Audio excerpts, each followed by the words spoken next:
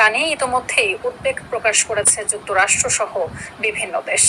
বিশেষজ্ঞরা বলছেন, আপাত দৃষ্টিতে মনে হতে পারে সরকার যে শ্বাসরুদ্ধকর পরিস্থিতি তৈরি করেছে এর স্পষ্টত কোনো প্রভাব নেই, কিন্তু বাংলাদেশের উপর এর নেতিবাচক প্রভাব পড়তে পারে। এর মধ্যে শিক্ষার্থীদের উপর আইন শৃঙ্খলা রক্ষাকারী বাহিনীর মানবাধিকার লঙ্ঘনের প্রমাণ পেয়েছে জাতিসংঘ।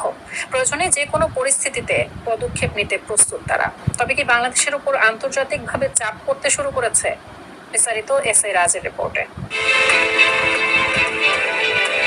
কোটা আন্দোলন ইস্যুতে শুরু থেকেই বেশরব জাতিসংঘ। আন্দোলনে শিক্ষার্থীদের ওপর হামলা, সহিংসতা ও প্রাণহানির ঘটনায় কয়েকবার উদ্বেগ জানিয়েছে সংস্থাটি। উদ্ভূত পরিস্থিতির দিকে নিবিড়ভাবে নজর রাখছেন মহাসচিব অ্যান্তোনিও গুতেরেস।